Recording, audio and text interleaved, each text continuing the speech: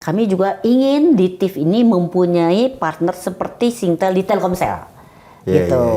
Jadi nanti yang membantu kita tadi urusan governance, urusan operational discipline, urusan bagaimana kita menentukan teknologi yang lebih baik, bagaimana mendapatkan juga customers termasuk international customers. Yang saya dengar juga ada kemungkinan membuka mitra strategis Bu ya untuk mengembangkan TIF ini ya? Iya betul, karena tadi unlocking value kan bisa di-realize dalam bentuk tadi transaksi ya, pada saat kita tawarkan ke investor dari luar. Oh, luar Bu? Dari ya maksudnya di luar Telkom ya, bisa dalam negeri bisa luar negeri seperti itu. Nah memang dari partner kita itu kita harapkan kita punya strategic partner yang bagus. Model Telkomsel itu menurut kami itu model yang sangat bagus, di mana di Telkomsel itu Telkom Group bermitra dengan Singtel. Nah, Singtelnya kan minority di situ, Telkom majority di situ ya. Tapi kerjasama ini dengan Singtel itu membuahkan business operation yang menurut saya sangat bagus, karena Singtel itu membawa membawa governance ya kan. Kalau di BUMN mungkin lebih ya saya sebutnya mungkin lebih ini aja ya, lebih rileks gitu ya. Nah tapi kalau mereka itu lebih rileks, jadi mereka membawa governance yang lebih yang lebih kencang Bu ya? Ya lebih kencang lah ya, saya susah ngomongnya nih ya.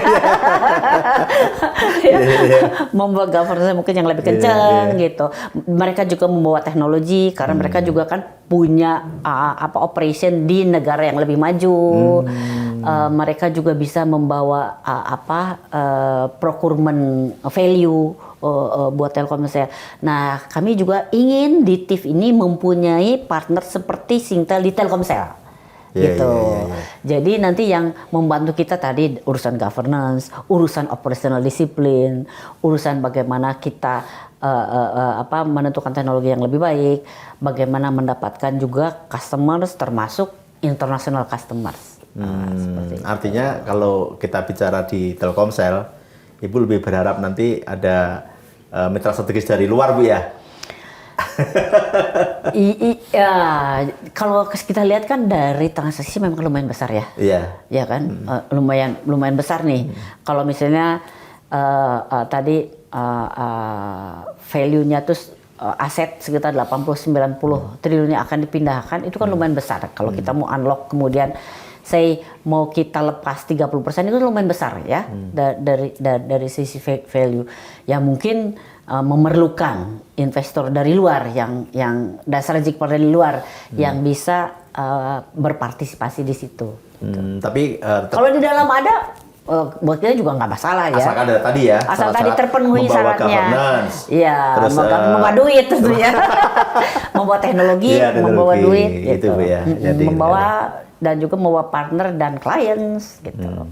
Tapi yang pasti tetap komitmen Telkom tetap jadi mayoritas. Betul, ya? Mayoritas tetap di Telkom ya. Ya tetap menjadi mayoritas, karena kalau kita lihat ya FiberCo itu di dalam ekosistem Telkom itu sangat penting. Ya sangat penting, itu tuh network aset yang paling krusial pada saat kita memberikan layanan digital infrastructure. Tergambar sih Bu, nanti ke depan Telkomsel kayak apa, FiberCo tadi kayak apa. Nah yang satu lagi Bu, yang Menara Bu. Yang Menara gimana kira-kira? Yang Menara. Nah ini yang Menara ini juga di dalam situasi yang sekarang ini menantang. Karena begini, kan Menara itu kita menyewakan Menara ke operator telekomunikasi, operator seluler. Operator selulernya berkonsolidasi, ya kan? Jadi mungkin 3 tahun yang lalu Hutchison berkonsolidasi dengan Indosat kan menjadi IOH. Tahun lalu Excel Axiata berkonsolidasi dengan Smartfren menjadi Excel Smart.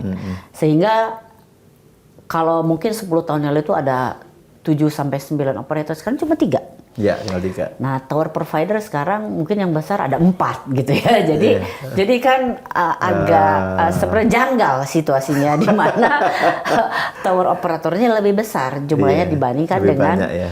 mobile operatornya.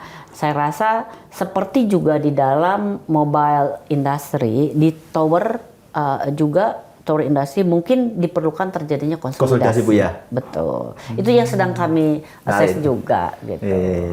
Assess juga. Karena kalau terjadi konsolidasi nanti growth-nya muncul dari mana?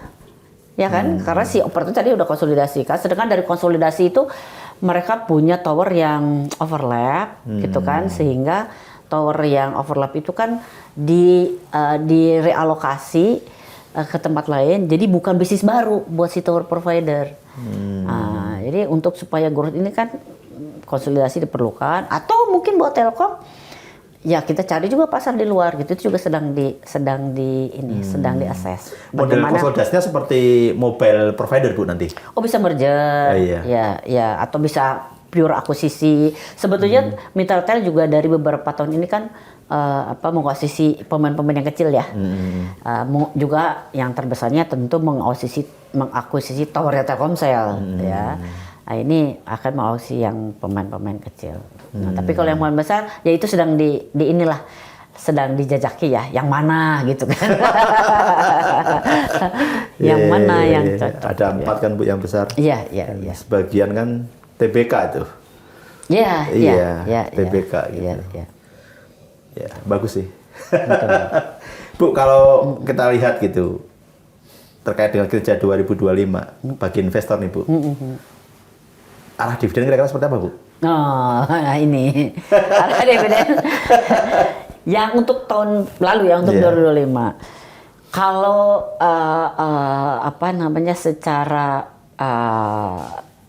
umum, ini kan sebenarnya kita belum bisa disclose ya, belum, tapi ini sih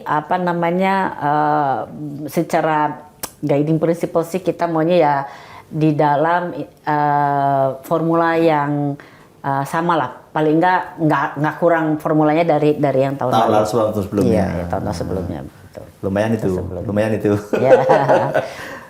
Asik loh, secara capital gain tahun lalu 28%, terus kalau tambah dividen yang lumayan. Nah, kalau gede, ada special nambah dividen, lagi. Kalau kayak tadi kita unlocking Fiberco, kan tentu kalau buat investor, terutama Dana Antara ya, maunya kan ada dividen khusus. Nah, itu special dividen yang kalau value untuk shareholder, investor kan itu kan dalam bentuk dividen ya, jadi itu di dalam rencana kami memang. Bu, tadi kan kita bicara 2030. Nah, kalau saya lebih perpendek lagi Bu, 2026. Oke. Kira-kira mau tahun ngapain ini aja nih Telkom nih? Tahun ini ya 2026. Jadi memang tahun 2026 ini banyak hal yang harus kami lakukan ya. Yang pertama tadi Fiberco kan yang sudah dilakukan di Desember kemarin kan baru stage 1. Ya.